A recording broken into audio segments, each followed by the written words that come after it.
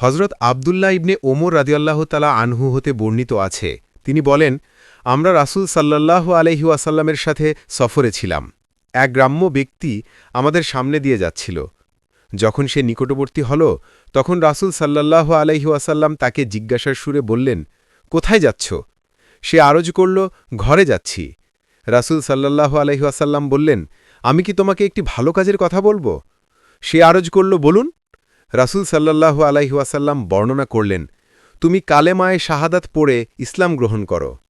সে আরজ করল, আল্লাহ পাক একত্ববাদ এবং আপনার নবুয়তের প্রমাণ কি?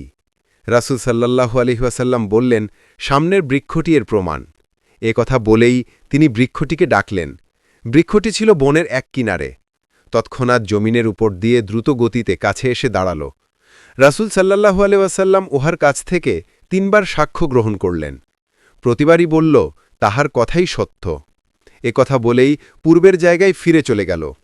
গ্রাম্য ব্যক্তি এ ঘটনা অবলোকন করে স্বগোত্রের নিকট ফিরে চলে গেল। আরজ করল যে, যদি আমার বংশের লোকেরা আমার কথায় সম্মতি প্রকাশ করে, তাহলে আমি সকলকে নিয়ে আপনার দরবারে উপস্থিত হব। আর যদি তারা আমার কথায় সম্মত না হয়, তাহলে আমি একাই আপনার দরবারে চলে আসব এবং আজীবন আপনার দরবারেই থাকব। সুবহান আল্লাহ।